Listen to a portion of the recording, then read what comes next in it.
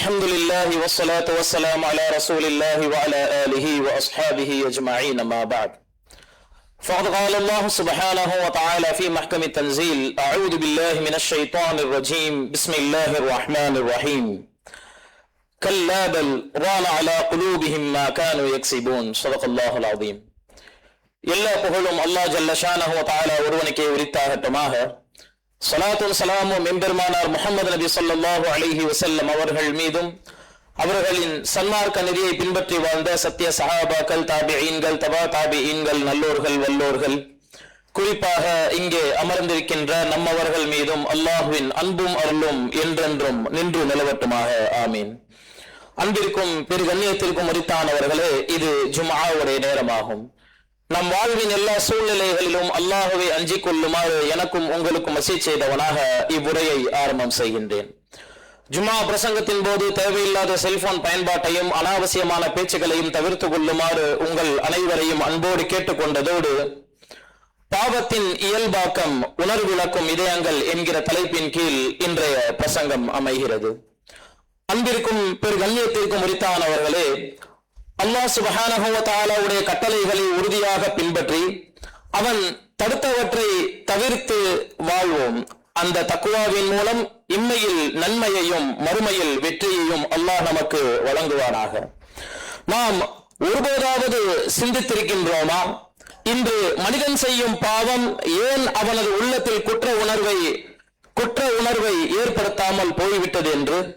முன்னொரு காலத்தில் மக்கள் பாவத்தை வெட்கத்துடனும் மறைவாகவும் செய்து வந்தார்கள். தவறு செய்துவிட்டால் மனம் பதறியது, உள்ளம் அமைதி இழந்தது, அல்லாஹ்வின் கண்காணிப்பை எண்ணி அஞ்சக்கூடியவர்களாக இருந்தார்கள். ஆனால் இன்றைய நிலை சற்று மாறிவிட்டது. பாவம் மறைவாக மட்டும் செய்யப்படுவதில்லை, வெளிப்படையாகவும் பகிரங்கமாகவும் பெருமையுடனும் அது காட்டப்படுகிறது. தீமைகள் பொழுதுபோக்காக மாறிவிட்டனர். அலட்சியமும் ஒழுக்கக்கேடும் சமூக ஊடகங்களின் உள்ளடக்கமாகிவிட்டனர். எல்லை மீறல்கள் சாதாரணமான ஒன்றாக கருதப்படுகின்றன. முன்பு வெட்கப்பட வைத்த செயல்கள் இன்று தனிநபர் சுதந்திரம் என்ற பெயரில் நியாயப்படுத்தப்படுகின்றனர். முன்பு பாவம் என்று எச்சரிக்கப்பட்ட செயல்கள் இன்று எனது உரிமை என்ற பெயரில் பாதுகாக்கப்பட்டு வருகின்றனர்.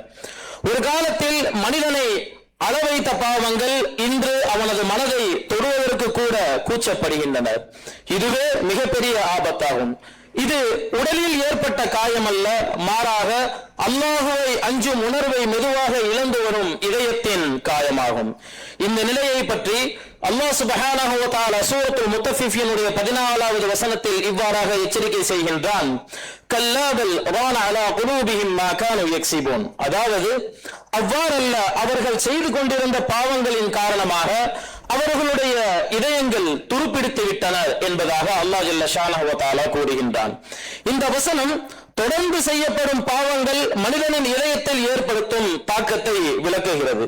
ஆரம்பத்தில் மனிதன் பாவம் செய்தால் மனசாட்சி அவனை உறுத்தும், நல்ல அறிவுரை அவனுடைய உள்ளத்தை தொடும், ஒரு நினைவூட்டல் அவனது கண்களில் கண்ணீரை வரவழைக்கும். ஆனால் தௌபா செய்யாமல் மனம் வருந்தாமல் தொடர்ந்து பாவத்தில் வாழ்ந்தால் அவனது இதயம் படிப்படியாக கடினமாகிவிடும். இந்த உண்மையை நபி ஸல்லல்லாஹு அலைஹி வஸல்லம் அவர்கள் பின்வரும் ஹதீஸில் இவ்வாறாக விளக்குகின்றார்கள். அபூ ஹுரைரா ரலியல்லாஹு அன்ஹு அவர்கள் அறிவிக்கக்கூடிய ஹதீஸ் திருமியிலே பதிவாகி இருக்கின்றது.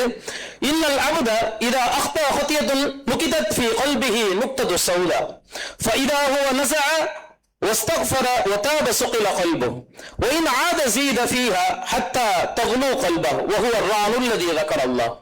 அதாவது ஒரு அடியான் ஒரு பாவம் செய்தால் அவனது இதயத்தில் ஒரு கரும்புள்ளி பதிக்கப்படும். அவன் அந்த பாவத்தை விட்டு விலகி அல்லாஹ்விடம் மன்னிப்பு கேட்டு தௌபா செய்தால் அந்த இதயம் சுத்தப்படுத்தப்படும். ஆனால் அவன் மீண்டும் மீண்டும் அதே பாவத்தை செய்தால் அந்த கரும்புள்ளிகள் அதிகரித்து முழு இதயத்தையும் மூடிவிடும். அதுவே அல்லாஹ் குர்ஆனில் குறிப்பிடப்பட்டுள்ள ரான், அதாவது துருப்பு ஆகும் என்பதாக விளக்கம் அளிக்கின்றார்கள்.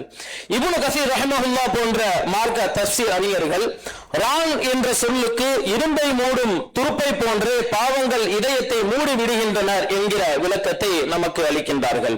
எனவே துருப்பிடித்த இரும்பு எவ்வாறு தனது ஒளியையும் வலிமையையும் இழக்கிறதோ அதுபோல பாவங்களால் மூடப்பட்ட இதயம் உண்மையை உணரும் திறனை இழக்கிறது. இதயம் ஒரே நாளில் மறுத்து விடுவதில்லை. அது பழக்கமாகிவிட்ட பாவங்களின் காரணமாக சிறிது சிறிதாக இருளடைகிறது. எனவே மிகவும் அஞ்ச வேண்டியது நாம் பாவம் செய்வதையே அல்ல, பாவம் செய்து கொண்டே இருந்தும் அதை பற்றி எந்த அச்சமும் இல்லாத இதயமாக மாறிவிடுவதுதான். எனவே அன்பிற்கும் அல்லாஹ்வின் கருணையை நாடும் முஸ்லிம்களே, இதுவே இன்றைய சமுதாயத்தின் மிகப்பெரிய சவாலாக உள்ளது. எல்லையற்ற தகவல் பரிமாற்றம் நிறைந்த உலகில் நாம் வாழ்ந்து வருகின்றோம். சமூக ஊடகங்கள் மூலம் ஒவ்வொரு நாளும் எண்ணற்ற தீமைகள் நம் கண்முன் வருகின்றன. அவுரத் வெட்கமின்றி வெளிப்படுத்தப்படுகின்றன. ஆண் பெண் எல்லை மீறல்கள் பழக்க வழக்கங்கள் இயல்பானதாக மாறிவிட்டன. இதைவிட வேதனையானது என்னவென்றால், சிலர் புகழும் பாராட்டும் பெறுவதற்காக தங்கள் பாவங்களையே உலகிற்கு வெளிரங்கமாக காட்டி வருகின்றனர். அவர்களின் இலக்கு அல்லாஹ்வின் திருப்தி அல்ல, மாறாக அதிகமான பார்வையாளர்களை பெற வேண்டும், அதிகமான விருப்ப குறிகளை பெற வேண்டும், அதிகமான ஆதரவாளர்களை பெற வேண்டும் என்கிற உயரிய சிந்தனை அவர்களிடத்தில் அதிகமாக காணப்படுகின்றது. இதைவிட வேதனையானது என்னவென்று, மக்கள் தங்களது பாவங்களுக்கு நியாயம் கேட்க தொடங்கியிருப்பதாகும். சிலர் கூறுவார்கள், எல்லோரும் செய்கின்றார்கள், நான் மட்டும் என்ன அதில் விதிவிலக்கா, நான் மட்டும் ஏன் செய்யக்கூடாது என்பதாக. எனவே அன்பிற்கும் பெரிய கண்ணியத்திற்கும் உரித்தானவர்களே, பலர் செய்வதால் ஒரு தவறு ஒருபோதும் சரியாகி விடாது. உண்மை என்பது எத்தனை பேர் செய்கிறார்கள் என்பதால் தீர்மானிக்கப்படுவதில்லை, அது அல்லாஹ்வின் வழிகாட்டுதலுடன் ஒத்துப்போகிறதா என்பதால் தான் தீர்மானிக்கப்படுகிறது. ஆனால் மனிதன் எவ்வளவு பெரிய பாவம் செய்திருந்தாலும் அல்லாஹ்வின் தௌபாவின் வாசல் இன்னும் திறந்தே இருக்கிறது. எனவே தௌபா என்பது நாவில் சொல்லும் வார்த்தை மட்டுமல்ல, இதயம் கடினமாகி விடும் முன்பே அல்லாஹ்விடம் திரும்பி செல்லும் துணிச்சலாகும். எனவே தொழுகையை மீண்டும் பாதுகாக்கக்கூடியவர்களாக நாம் மாற வேண்டும். நமது பார்வையை பாதுகாத்துக் கொள்ள வேண்டும். வாழ்க்கையின் எல்லைகளை மதித்து நாம் வாழ வேண்டும். ஏனெனில் அல்லாஹ்வுக்கு நெருக்கமான இதயம் பாவத்தில் அமைதியை ஒருபோதும் காணாது. அன்பிற்கும் பெரிய கண்ணியத்திற்கும் உரித்தானவர்களே, இன்றைய ஹுத்பாவின் படிப்பினையாக 3 முக்கிய அம்சங்களை நாம் நினைவில் கொள்ள வேண்டும். முதலாவது, தொடர்ந்து செய்யப்படும் பாவங்கள் இதயத்தை இருளடைய செய்து பாவ உணர்வே இல்லாமல் ஆக்கிவிடும். இரண்டாவது, மக்கள் தீமைகளை அடிக்கடி பார்த்தும் செய்தும் பழகிவிட்டால் அல்லாஹ்வை அஞ்சும் உணர்வு மறைந்து பாவம் இயல்பான ஒன்றாக மாறிவிடும்.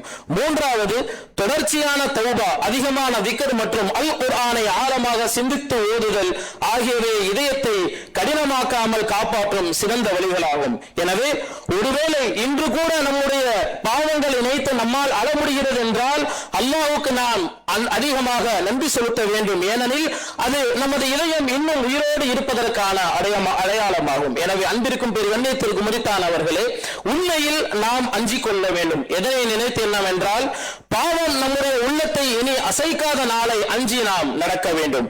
மறுமையில் அல்லாஹ்வின் முன்னிலையில் நிற்க வேண்டிய வெட்கமில்லாத இதயத்தை நாம் அஞ்ச வேண்டும். அலட்சியமும் பாவமும் இயல்பாகி அல்லாஹ்விடம் திரும்பி செல்ல வேண்டும் என்ற எண்ணமே இல்லாத நிலையை நினைத்து நாம் அஞ்ச வேண்டும். எனவே அன்பிற்கும் பெரிய கண்ணியத்திற்கும் உரித்தானவர்களே, அல்லாஹ் சுப்ஹானஹு வ தஆலா நமது இதயங்கள் ஈமானில் உறுதியாக வைத்தருள்வானாக. நமது பாவங்களை மன்னித்து உண்மையான தௌபாவை நமக்கு வழங்கி அவனுக்கு பிடித்தமான நல்லடியார்கள் கூட்டத்தில் நம்மையும் இணைத்துக் கொள்வானாக. வமா அலைனா இல்லல் பலாக். அல்ஹம்துலில்லாஹ்.